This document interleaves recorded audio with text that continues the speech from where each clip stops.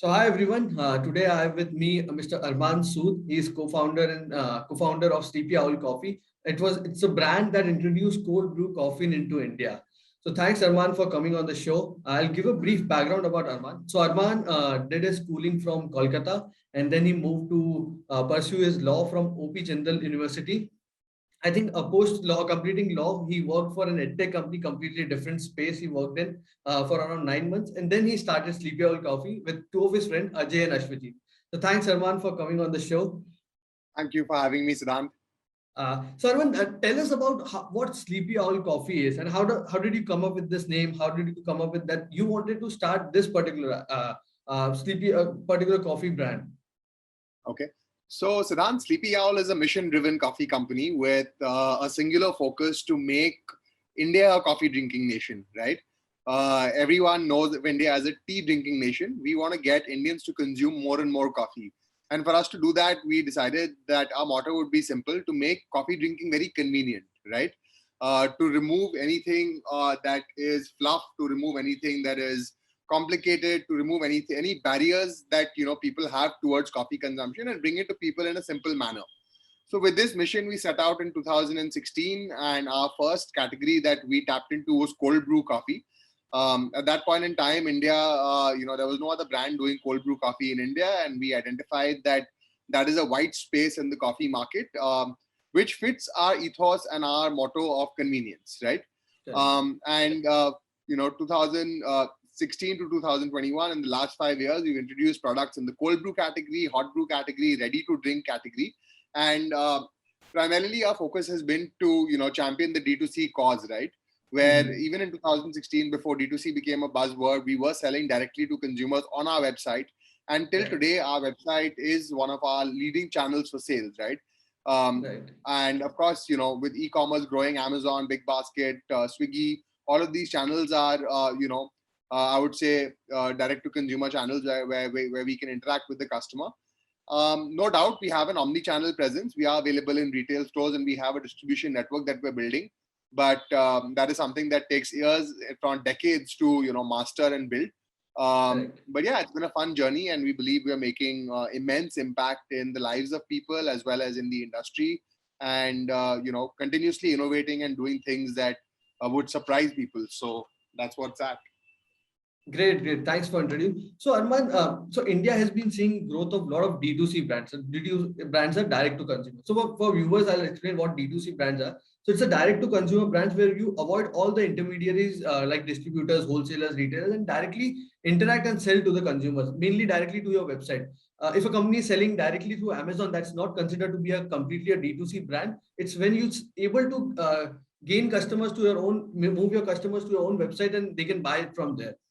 So a lot of D2C brands are growing in India, and they are able to are trying to disrupt big incumbents like HUL, Nestle, P&G, J&J. So these brands have not been built like a year or 2 years in the line. They have took decades to build their brand in India, and they have first of all strong modes for these companies is they have access to global R&D.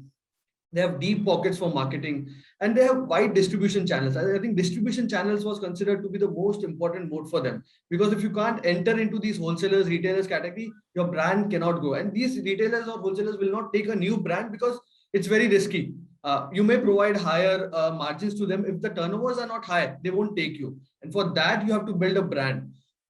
So now these brands have become a household brand now. I think the product is known more from a from a brand name than the product category itself. So now, like, internet has changed the world now. So last, I think from after Geo came in 2014, 15, access to internet has become easy for people. So the D2C brands are also growing from that category, from that time. So how are you seeing that future of D2C brands in India? And do you believe that the modes which big FMCG companies had like a distribution channel is no more an entry barrier for any company now? Absolutely, you're absolutely right when you say that. I don't think there are three things that you mentioned, right? First was very very strong distribution, then global R&D, and Marketing the spend. third would be marketing budgets, right? So I'll take each of those points and say how a young company, especially people like us, entrepreneurs who are not even from the FMCG or F&B background, have come and looked at these three problems and cracked them, right? So first is global R&D. I think, yes, we might not have the deep pockets for global R&D and the best R&D experts on board, but our job is to figure shit out, right? So from scratch, we've been doing product development ourselves and working with a few consultants, working with freelancers, working with our co-packers and factories, etc., to come up and develop very interesting products, right? With the age of internet, it's not just consumers using the internet, even vendors, suppliers, everybody's on the internet, right? So you have access to, and you can find people to give you ingredients, give you formulations, give you things that help you in product development, right? Of course, unlike big MNCs, right? We don't have access to great market research or consumer insights or surveys, but that we do at small scale, understand it with our target audience, and we're able to crack great quality products, right? Second would be marketing. Yes, these guys are heavily involved in all kinds of above the line marketing and have celebrity endorsements and TVCs, all of that, right? But for us, the goal has been to use social media and digital media more effectively, more intelligently, and cater to these customers directly, and therefore have that one-on-one customer relationship, right? Which is a big boon. In fact, most of these MNCs don't have direct-to-consumer websites, right? They have a website, but you can't transact on that website, right? And the third thing that you mentioned is distribution, right? Of course, these brands have a massive offline distribution, but what we've come in and said is, listen, no, courier services have picked up, and we can touch every pin code in the country from our website, right? As more and more users are comfortable transacting online directly with brands and waiting for a couple of days to get their product, we're able to cater to them directly, and therefore our stronghold has been our website, right? And direct to consumer sales. And what that allows is much stronger brand building. So customer interacts on your website, gets emails, gets the product in your packaging, all of those touch points, he gets to experience the brand and the service from the brand, right? In return, what we get is immense data, right? On purchasing patterns, purchasing habits, user behavior, so on and so forth, right? In fact, we use this to effectively get into retail because we know where our customers are, we know where they are buying, we know what the, what areas in each city, are stronger, and therefore it allows us to get into retail in a much smarter way. So I don't need to be in 2 lakh stores, right? Or 20 lakh stores. I need to be in 20,000 stores or 2,000 stores, depending on what category your product is in. And that is why your customer is going to purchase from you. Anything beyond that, offline distribution is unnecessary, right? Because you'll be in places where there is no movement. So each of those, 3 things, whether it's marketing, whether it's distribution, whether it's R&D, right? Each of those things is done very differently by D2C brands as compared to traditional MNCs. Wow. Like great insight on that. So let's say anybody wants to start a D2C brand now. So what should that brand should focus on? Product, packaging, branding and marketing, experience of consumers. So because I want to ask you the question, because entrepreneurs should not commit mistakes when they are starting these kind of brands, and what should they focus on? Because earlier they are very low on budgets, they might be starting on their own capital. So what should they focus on? I think the first and foremost is, try and solve a big problem, right? You can't expect to grow solving a very small problem, and that would lead me to saying you can't be a me too. Even if your problem is big enough, but you are selling what everybody else is selling, then you're competing without any product differentiation, right? So first and foremost is say, okay, this is the problem I want to solve, and have a good reason to solve that problem. Not only it's a big problem, I want to solve it, but it's a big problem. I have a good idea on how that problem can be solved differently, right? And first start with that, right? Second is to solve that problem, build a highly differentiated product or service. You have to ensure that what you're offering is very, very different from what is currently being offered in the market. And when you develop that product, then go all out to say, okay, what I will create is of high quality.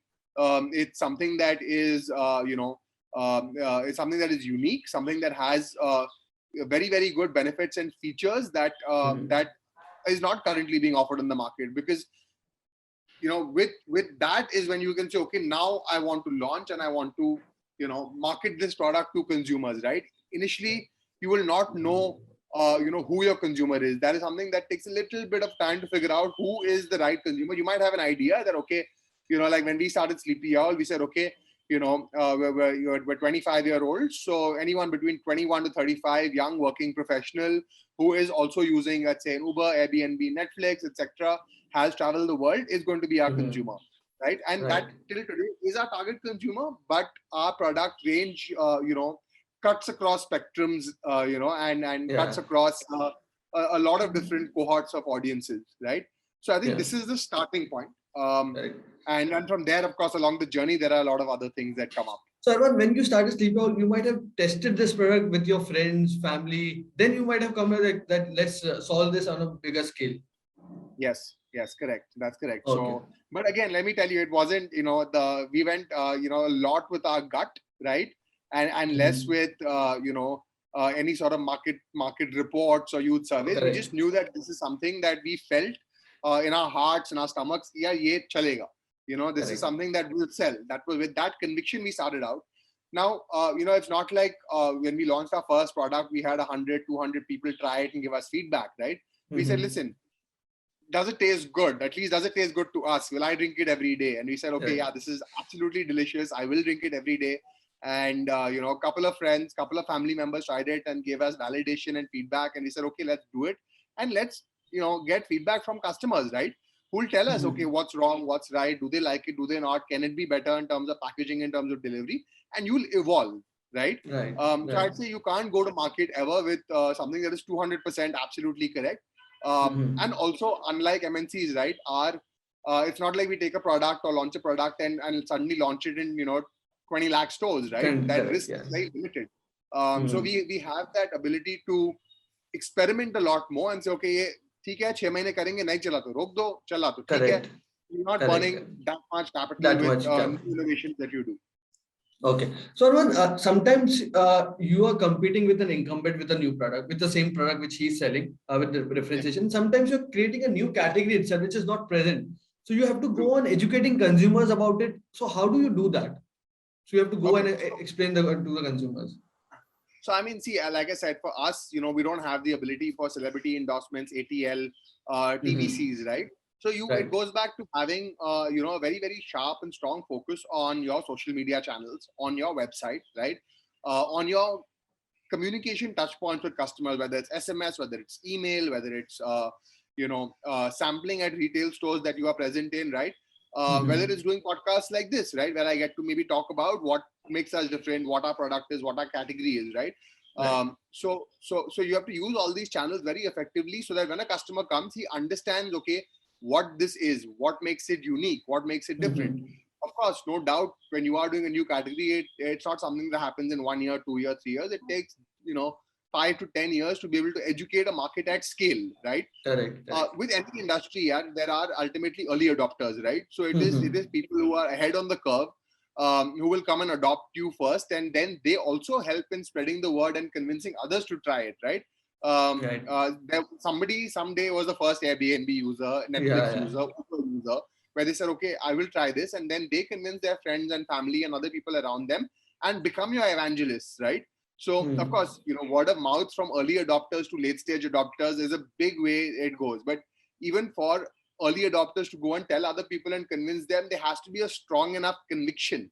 And they need to be convinced before they can convince someone else. Right? That the brand has to do themselves. But you'll always find that initial consumer that is excited to take on a new product, right? Anything you introduce, you'll have somebody out there who says, okay, wow, I want to try this. I want to try this. So I think this culture has also changed in India. I think a lot of people want to try something new. I don't know why is that culture being built in India. So we are very open to start a new product. We want to support our entrepreneurs in India who are trying to build something. So that a lot of culture has also shifted over there. A simple reason for that, Siddhant. At the end of the day, today, when the world is watching Money Heist, we're watching Money Heist, right? When the world is knowing that Facebook has released, glasses with Ray-Ban, we know it at the same time, right? There's the availability of information in India for us now with the internet and with the adoption of internet is so high that we are, we're running parallel with the world at the same time. Plus, I think, as people have higher disposable income and they have traveled around the world and experienced, what global supermarkets and global products are like, they come back and, India, and they're like, okay, why is this not available here? Why can't I get something that I've tried in another country in India? And if there are brands that introduce that to the market here and do it well, of course, those people will come and say, okay, I'm happy to try it and happy to give it a shot, right? Correct. Correct. So that's the simple reason why, like, people are adopting new things. And above and beyond that, I think in the last 5-7 years, startup culture, supporting your entrepreneurs, supporting other Indian homegrown local brands versus let's say, love that Starbucks is in India, but like, there are so many people who intentionally make it a point not to go there because they want to support local Indian coffee entrepreneurs, right? Right. Right. And that's always going to be there. In fact, it goes Right. more local, right? There'd be people who'll probably say, okay, I want to have my neighborhood coffee, right? I don't even want to go to a brand that is selling pan India. I want to go straight to only my neighborhood, Correct. and that's the guy I'll support. So Correct. I think local is going to become more and more of a thing More. you know as times come Right. on. Right. So, Arman, creating brand awareness is very critical for any D2C brand. And early stage startups are always very tight on the budgets. And I think we have seen your muted campaign, which proved to be very successful. So tell us about that. I'll play that in background before you answer that. So tell us about that. How did you come up with that idea? And it's very successful. Like always, whenever I used to scroll Instagram, when I saw that ad, I always used to stop over there because it's muted campaign. And when you're sitting in office, you don't want voice to come. So you're always watching that like complete, and you show that you have caught the eye because the first thing you mentioned is that this costed us that much money to show you this ad, and then you go about explaining about the coffee. So tell us about how did you come up with that campaign? So, one thing that we've done consistently is our social media has and our content marketing has always been in-house, right? We've always, from the get-go, my co-founder Ashwini learned how to use a camera, do photography, and this is time when we didn't have any budgets, right? Okay. When we were a bootstrap company, we got used to the idea of doing things ourselves, and that led us to understand that, okay, we would like to continue to do this in-house and own how we execute our campaigns and what we do. And we've always been focused on clean design, on simply getting the right message across to customers. So even this campaign that you see, and that has, I would say, the more I hear from people, the more I realize that, okay, it has gone viral. I don't know whether it's correct to use that word, but I think, yeah, I can comfortably use it today saying that campaign went viral. And you can't intentionally say, oh, I want a campaign to go viral and then build it. Oh, ho jata hai, right? So for us, it was, I think my co-founder Ashwini literally came to office in the morning and said, listen, I have this idea, I want to execute it. And by the evening, in our office with our team, that campaign was built and published. In less than 12 hours, and I guess the response to that has been phenomenal, and we're lucky for that, right? But again, it's not ki us 12 ghante ke liye, the effort has been going on for 12 months and then 24 months, right? So it's because we've been consistently at it, right? You experience the compounding effect of effort, right? Where we've seen that people really appreciated that, and of course, like your product, like you have to be different, right? That was something that was unique. It was a unique take. In fact, now in the last 1 month, we've seen 3 other brands do something similar in India, right? And it's a good feeling, right? It's of course something that you say, okay, wow, you ran something as an experiment, and now other people are adopting it and doing it. Right. Wow, wow. So, Arman, I want to understand, is there any right time that you thought that you want to move from online to offline channels? So you started with online, and you want, once your product was accepted by the consumers, you had a lot of data, then you moved to offline channels. So when a D2C brand should think about it, and what to be careful when you're doing this? So your learnings would be very helpful here. Okay, so I'll be honest. This question completely depends on category, right? So Sleepy Owl being a coffee company currently and having essentially coffee being an item that people like in their grocery baskets, right? For us, it was inevitable to be in retail, right? I mean, our consumers go to a grocery store and they're picking up their ration and their monthly supplies and all of that. And coffee is a part of that basket. So for us, it was a no-brainer, right? But it varies from category to category. In the personal care space or in the, let's say, electronic space, right? Say a company like Mamaearth, a company like Boat. I mean, it's not, you can be online only, right? And then get into offline when you've experienced major scale, right?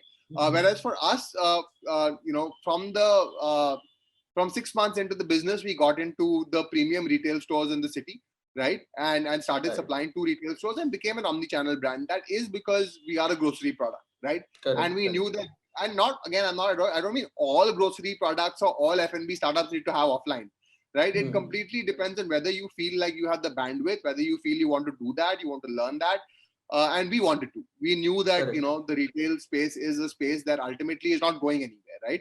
Yes, consumers transact online, but retail is going nowhere. There are, in fact, more and more stores coming up and customers who like to shop, you know, from their stores. So we said we want to be there.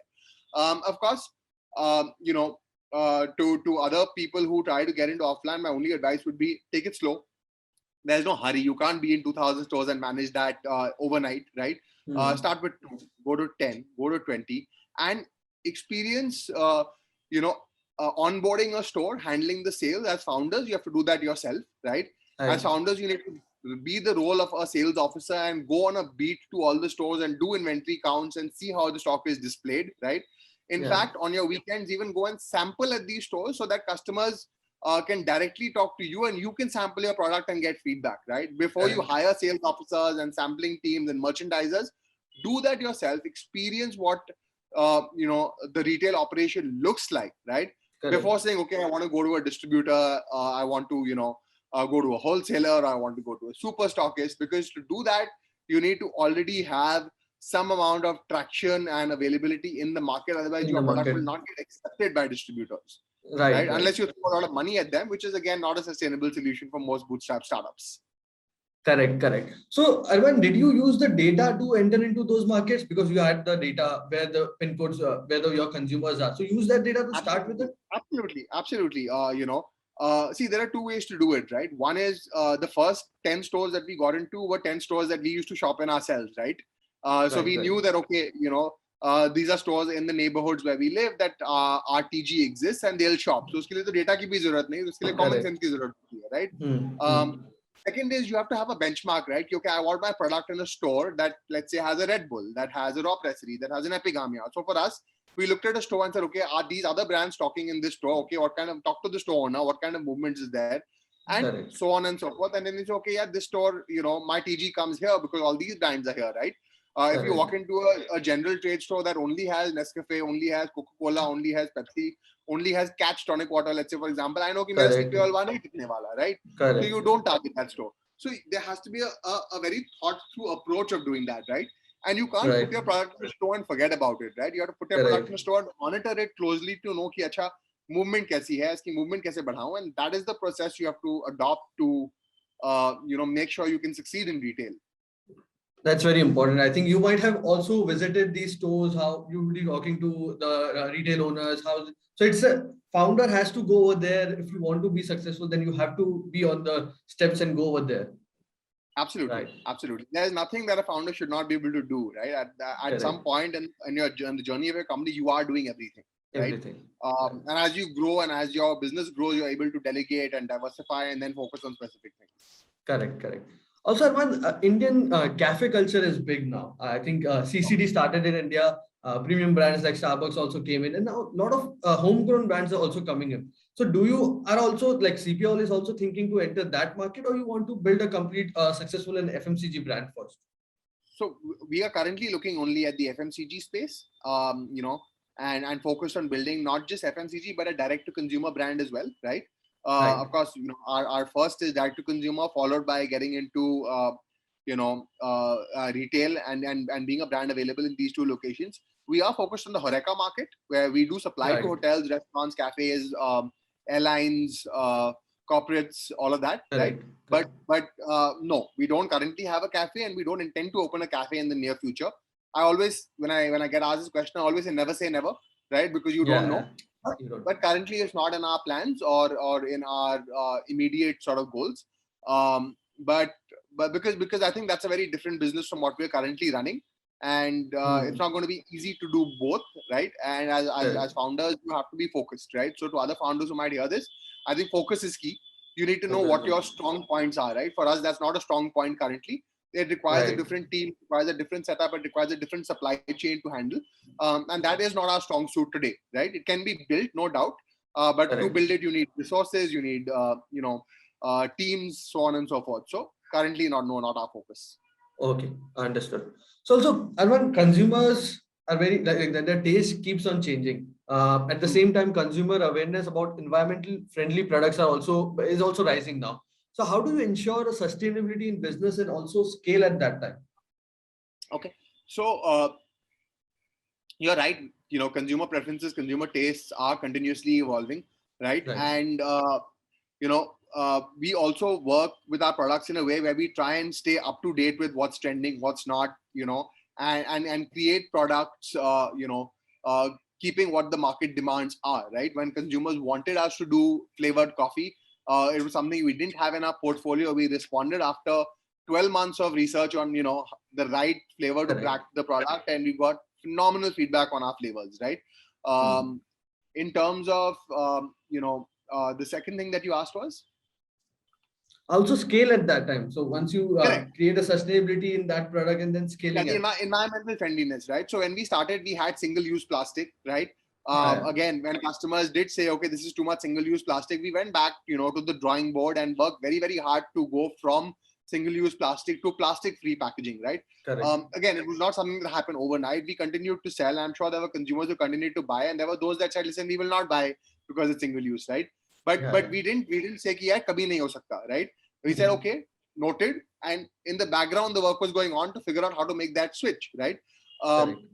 so these things always go on in the background. Right. Yeah, it's not a 1 year 2 year play, it's a 5, Hmm. 10, 15, 20 year play. I would like, honestly, for the brand to outlive me, right?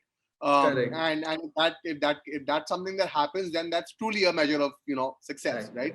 right? Right. So we're not thinking short term, we're always thinking long term, with whether it's the product launches or whether it's the practices that we follow in terms of sustainability or environment friendliness. Yeah. So also, Arman, like I'm listening. With our conversation, I think your focus main is towards consumers. Learn about consumers, how you can help them in solving those problems. So very focused towards consumer. A D2C brand has to be focused towards consumer also. So there's a lot of innovation has to come in place, very to keep the consumers hooked on. So also in the team, you have to create a culture where innovation keeps on coming up. So a lot of people would be coming up with innovations. It might work or might not work. But how do you keep that team aligned towards that mission? How do you keep that? Okay, so like I said, and everybody uses the word customer centricity, right? Or let's they're very customer obsessed or customer focused, but it's one thing to say it and it's one thing to actually be, right?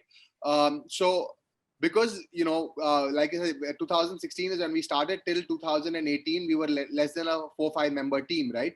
So Hmm. even at that scale in 2018, we were, I was the direct person responsible for all customer support, whether it was phone call or email, right? And you have, you get to really talk to and get to know your customers at a very granular level, right? Right. In fact, most of our regular customers, have found a way to be directly available and connected with me on my WhatsApp, right? Hmm. And that's an amazing feeling, because you can cater to them, their requests, their needs, their suggestions, their feedback, at a very, very granular level, right? As we have grown in the last 2 years also, my number is still one of the customer support numbers, and anyone can reach out to me. So I'm there to help and guide and appease and take feedback from customers, right? We also Right. do very, very rigorous exercises where we are continuously seeking customer feedback. So we have a teams, mostly it's interns in the summers and the winters who come, and even our regular customer support team is advised, and they're given a mandate to, go ahead and call customers regularly seeking feedback, right? And that allows us to get insights and improve. So whether it's a future product launch, whether it's tweaking an existing product formula, whether it's how we can deliver faster, whether it's our packaging, we Correct. get to hear it from the horse's mouth, right? And that allows us to be nimble and do things very quickly. Right. Also, your team members might come up with an idea which you might have tried but have not worked. But then embracing that failure is very important so that they keep on coming with, because a lot of like big players, I've seen Jeff Bezos interview. He also says that our focus is towards customer and let people in the team keep innovating. And even if fails, please don't embrace that failure so that they can keep coming up with the new ideas. Absolutely. See, failure is a part of not everything you do will succeed. And Correct. also not everything you do will be loved by everybody, right? Right. We have to get used to the idea of polarity, right? Like I must have launched, let's say, a cinnamon flavor. Now there are people who absolutely hate cinnamon in their coffee, but there are people who love it also, right? Love it also. So you have to have something for everyone. You have to have, you know, I mean, I'm an Apple user. I can't tolerate Android, right? So I mean, there are people who hate Apple for being a closed ecosystem. But I mean, that doesn't mean that the company is not doing well or they don't have an audience that they are catering to, right? Correct. In fact, they continuously launch new products, and some products are loved and some products are hated, right?